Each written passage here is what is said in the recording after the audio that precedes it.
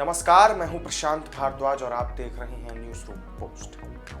भारत की आंतरिक सुरक्षा से खिलवाड़ करना और सरहदी सुरक्षा से समझौता करना देश की सबसे पुरानी पार्टी कांग्रेस के लिए कोई नई बात नहीं है। मुस्लिम तुष्टीकरण की राह पर तो कांग्रेस तभी से चल रही है जब से पार्टी का जन्म हुआ है, और अब कर्नाटक में इसी मुस्लिम तुष्टीकरण के तहत कांग्रेस ने अपने मैनिफेस्टो में बजरंग दल पर प्रतिबंध लगाने का जो फैसला किया, उसके बाद एक बार फिर उसका वही हिंदू विरोधी चेहरा एक्सपोज हो गया जो भगवा आतंकवाद की थ्योरी गढ़ते वक्त एक्सपोज हुआ था।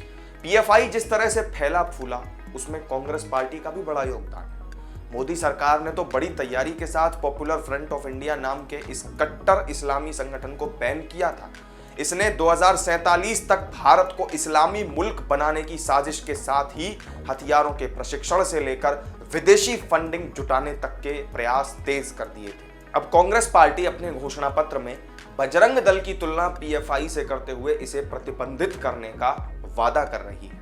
बजरंग दल का नाम आज तक ना तो किसी देश विरोधी गतिविधि में आया है और ना ही राष्ट्रीय सुरक्षा के खिलाफ जाकर इसने कुछ किया है, और ऐसी कोई खबर भी कभी आपने नहीं सुनी होगी। बल्कि इसके इतर ये संगठन हिंदुओं को सुरक्षा देने का काम करता है, पीड़ित हिंदुओं की आवाज भी उठाता है। ऐसे में बजरंग बली की जन्मभूमि पर बजरंग दल को बैन करने का वादा करना कांग्रेस की हिंदू विरोधी मानसिकता को ही बताता है।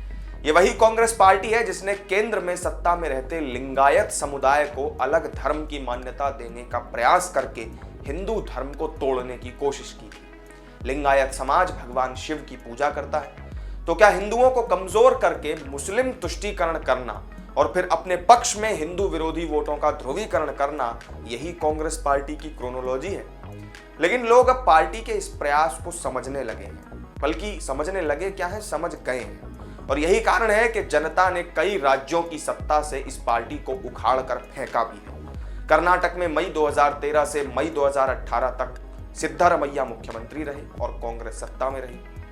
फिर इसके बाद भी अगले एक साल तक जेडीएस के एचडी कुमारस्वामी मुख्यमंत्री रहे और कांग्रेस सत्ताधारी गठबंधन का हिस्सा रही। इन 6 सालों में पीएफआई को पनपने का बड़ा बढ़िया मौका मिला।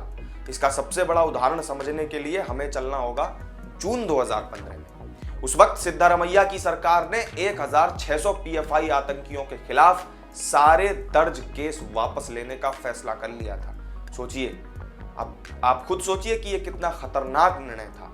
एक ऐसा संगठन जिसके दर्जनों ठिकानों पर एनआईए की छापेमारी में हथियार और देश विरोधी साहित्य से लेकर विदेशी फंडिंग के सबूत तक मिले हों, उसके सदस्यों के साथ इतनी नरमी कांग्रेस ने बरती थी।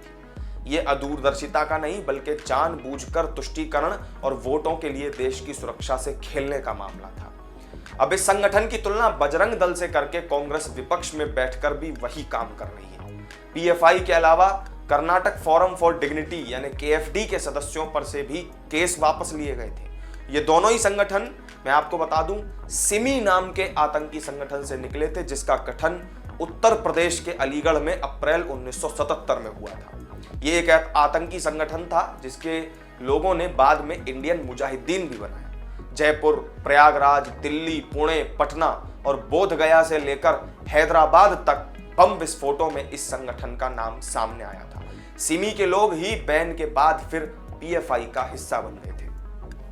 अब जहां तक केएफडी की बात है, तो मैसूर में सांप्रदायिक दंगों से लेकर आईआईएससी बेंगलुरु में गोलीबारी जैसी घटनाओं तक में इसका नाम सामने आ चुका है। मैसूर के एक कॉलेज में 2 छात्रों की हत्या का सीधा आरोप भी इसी संगठन पर लगा था। ये सब सिद्धारमैया की सरकार बनने से पहले की घटनाएं हैं, यानी सब कुछ जानबूझकर किया गया। तब कर्नाटक के कानून मंत्री रहे टीबी जयचंद्र ने केस वापस लेने के फैसले का बचाव करते हुए कहा था कि ये शांतिपूर्ण लोग हैं जो सिर्फ विरोध प्रदर्शन के लिए जमा हुए थे, लेकिन इनका नाम चार्जशीट में डाल दिया गया। बिना किसी जांच के उन्होंने ऐलान कर दिया कि वो भीड़ का हिस्सा थे और हिंसा में उनका कोई हाथ नहीं था। तब बीजेपी ने 1600 पीएफआई कार्यकर्ताओं पर से 175 मामले वापस लेने के फैसले का विरोध करते हुए कहा था कि देश की सुरक्षा की कीमत पर यह सब किया जा रहा है। उस वक्त पार्टी ने आरोप लगाया था कि इन संगठनों को लेकर जो तमाम आरोप हैं, उन्हें जानबूझकर नजरअंदाज किया जा रहा है, जिससे राज्य में सांप्रदायिक तनाव, शिवमोगा समेत कई इलाकों में दंगे के आरोप भी थे।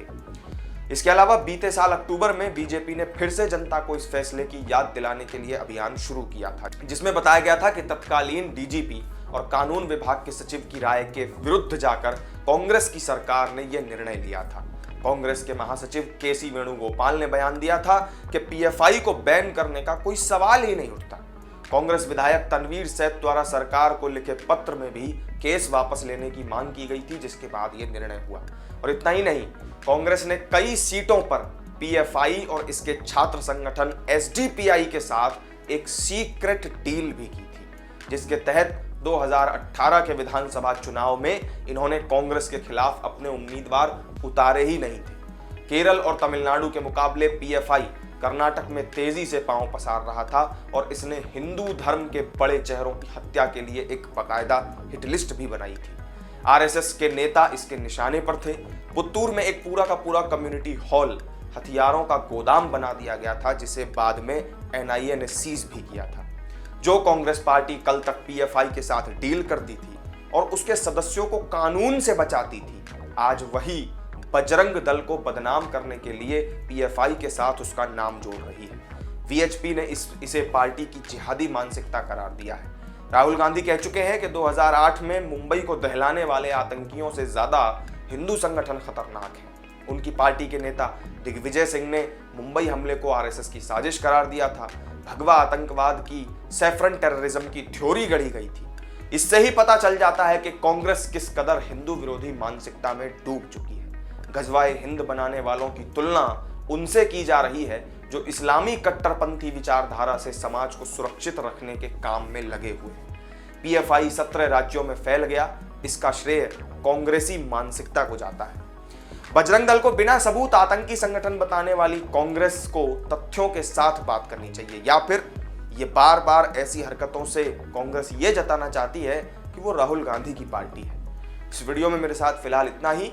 आपको तमाम जानकारी पर आपका क्या रिएक्शन है, आपका क्या मानना है, आपके विचार क्या हैं, आप कमेंट करके हमें ज़रूर बताएं। वीडियो पसंद आई हो तो लाइक और शेयर कर दें और चैनल को सब्सक्राइब अगर नहीं किया हो तो ज़रूर कर दें। फिर मिलेंगे एक नई वीडियो में नई जानकारी के साथ। तब तक के लिए दीजिए इजाज़त। नमस्कार।